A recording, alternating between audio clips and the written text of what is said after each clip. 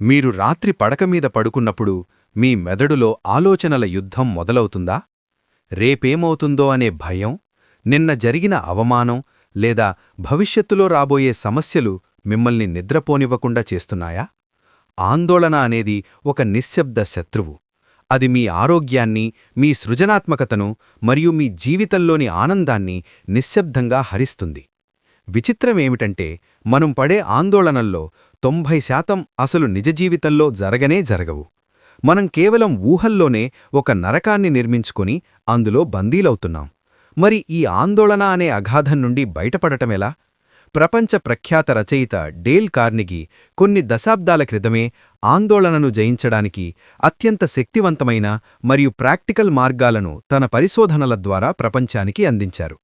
ఈ రోజు మనం చర్చించుకోబోయే ఈ సూత్రాలు కేవలం పుస్తకంలోని మాటలు కావు.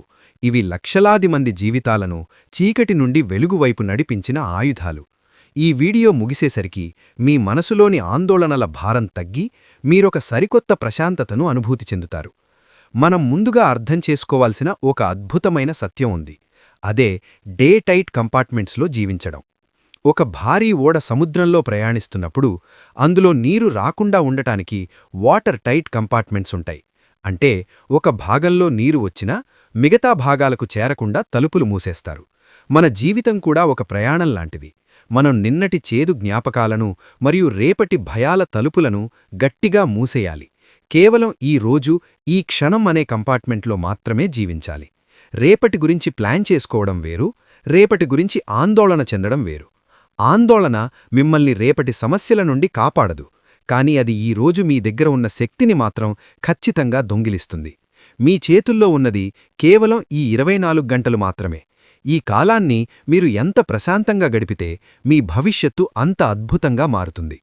ఆందోళన మిమ్మల్ని చుట్టుముట్టినప్పుడు వాడాల్సిన ఒక మ్యాజిక్ ఫార్ములా గురించి డేల్ కార్నెగీ వివరించారు. ఎప్పుడైనా మీకేదైనా సమస్య ఎదురై దాని గురించి తీవ్రంగా భయపడుతుంటే 3 అడుగుల ప్రక్రియను అనుసరించండి. మొదటి అడుగు, ఈ సమస్య వల్ల జరిగే అత్యంత ఘోరమైన నష్టమేమిటో విశ్లేషించండి. ఉద్యోగం పోతుందా? వ్యాపారంలో నష్టం వస్తుందా? ఎవరైనా తిడతారా? ఏది జరిగే అవకాశం ఉందో దాన్ని స్పష్టంగా రాసుకోండి.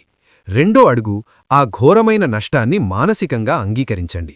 ఒకవేళ ఉద్యోగం పోయినా నేను బ్రతకగలను, వేరే దారి వెతుక్కుంటాను అని మీకు మీరు చెప్పుకోండి. ఎప్పుడైతే మీరు ఓటమిని అంగీకరిస్తారో మీ మెదడులో ఉన్న ఒత్తిడి ఒక్కసారిగా తగ్గిపోతుంది. ఇక మూడో అడుగు, ఆ ఘోరమైన నష్టం జరగకుండా ఉండటానికి నేనిప్పుడు ఏం చేయగలను అని ఆలోచించండి.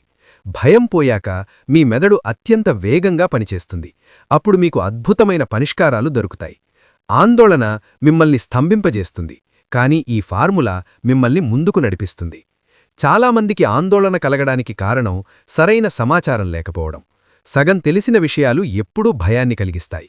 మీకొక సమస్య ఎదురైనప్పుడు ఆందోళన చెందడం ఆపి ఆ సమస్యకు సంబంధించిన వాస్తవాలను సేకరించండి. ఒక లాయర్లాగా నిష్పక్షపాతంగా ఆ వివరాలను పరిశీలించండి. ఆ తర్వాత ఆ వివరాలన్నింటినీ విశ్లేషించి ఒక నిర్ణయం తీసుకోండి. ఎప్పుడైతే మీరొక నిర్ణయం తీసుకుని కార్యాచరణ మొదలుపెడతారో అప్పుడే మీ ఆందోళనలో సగం మాయమైపోతుంది. ఎందుకంటే పనిలో నిమగ్నమైన మెదడుకు ఆందోళన చెందే సమయం ఉండదు. మన మెదడు ఒకేసారి 2 విషయాలను చేయలేదు.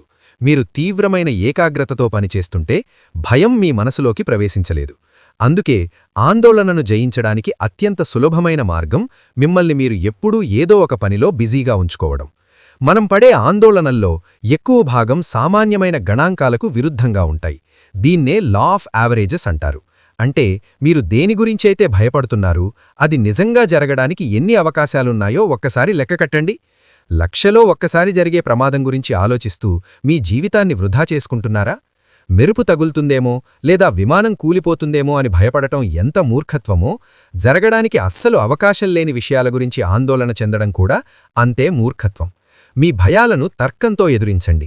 గాలిలో దీపం పెట్టి దేవుడా అన్నట్టు కాకుండా మీ భయాల వెనుక ఉన్న లాజిక్ను వెతకండి.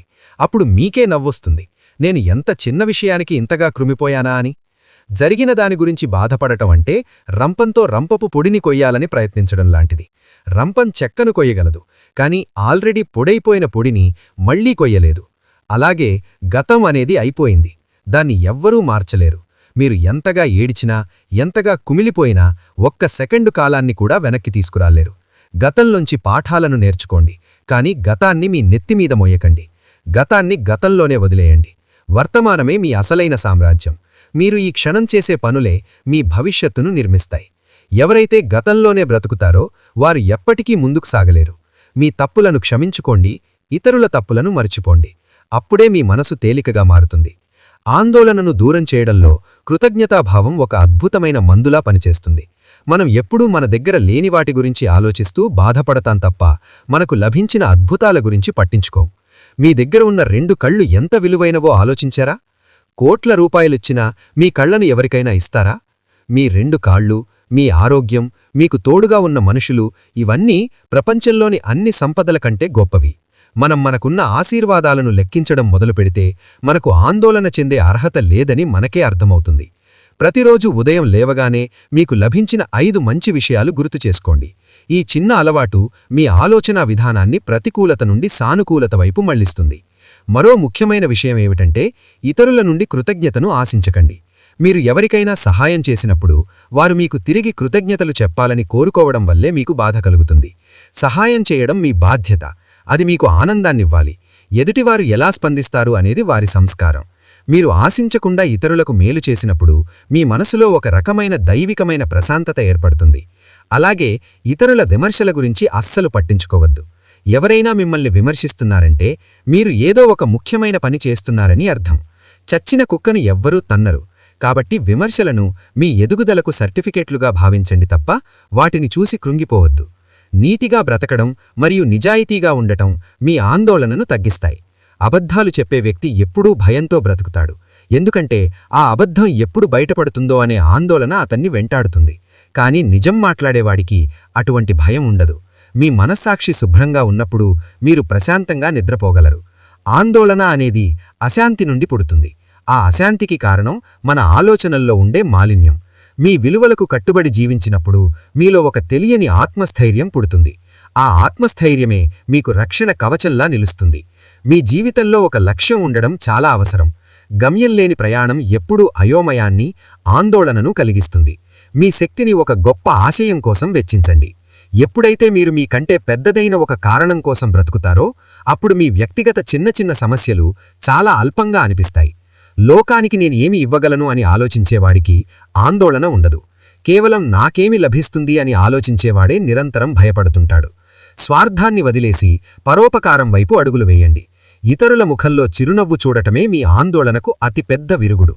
నిద్ర మరియు విశ్రాంతి మీ మానసిక ఆరోగ్యానికి అత్యంత కీలకం. అలసిపోయిన మెదడు ఎప్పుడూ ప్రతికూల ఆలోచనలే చేస్తుంది. మీరు ఎక్కువగా ఆందోళన చెందుతున్నారంటే మీరు సరిగ్గా విశ్రాంతి తీసుకోవడం లేదు అని అర్థం. పని మధ్యలో చిన్న చిన్న విరామాలు తీసుకోండి.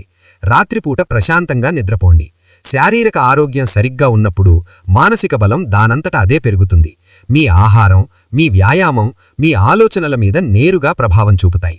ప్రకృతితో సమయాన్ని గడపండి. ఆ నిశ్శబ్దం మీ మెదడులోని రణగుణధ్వనిని తగ్గిస్తుంది. ఒక్కటి గుర్తుంచుకోండి, మీ ఆందోళన మీ సమస్యలను పరిష్కరించదు, కానీ అది మిమ్మల్ని బలహీనపరుస్తుంది. ఈ రోజు నుండి ఒక కొత్త నిర్ణయం తీసుకోండి. రేపటి గురించి భయపడటం ఆపి ఈ రోజును అద్భుతంగా మార్చుకోండి. మీలోపల ఉన్న అపారమైన శక్తిని గుర్తించండి. పరిస్థితులు మిమ్మల్ని శాసించకూడదు, మీరే పరిస్థితులను శాసించాలి. మీ ఆలోచనలే మీ ప్రపంచాన్ని నిర్మిస్తాయి. కాబట్టి ప్రశాంతమైన, ధైర్యవంతమైన ఆలోచనలతో మీ సామ్రాజ్యాన్ని నిర్మించుకోండి. ఈ ప్రయాణంలో మీరు ఒంటరివారు కాదు, మీ వెనక విజ్ఞుల అనుభవం ఉంది. ఆ అనుభవాన్ని ఆయుధంగా చేసుకుని ముందుకు సాగండి. ఈ విషయాలు మీలో ఒక చిన్న స్పందనను కలిగించాయని నేను ఆశిస్తున్నాను. ఆందోళనను వదిలేసి ఆనందంగా జీవించడం అనేది ఒక కళ. ఆ కళను మీరు సాధన ద్వారా నేర్చుకోవచ్చు. మీ మీద మీకు నమ్మకం ఉండాలి, మీ లక్ష్యం పట్ల స్పష్టత ఉండాలి. సంపూర్ణ విశ్వాసంతో ముందడుగు వేయండి. విజయం మీ పాదాల చెంతకు చేరుతుంది. మీ జీవితం వెలుగులతో నిండిపోవాలని మనస్ఫూర్తిగా కోరుకుంటున్నాను. ధన్యవాదాలు.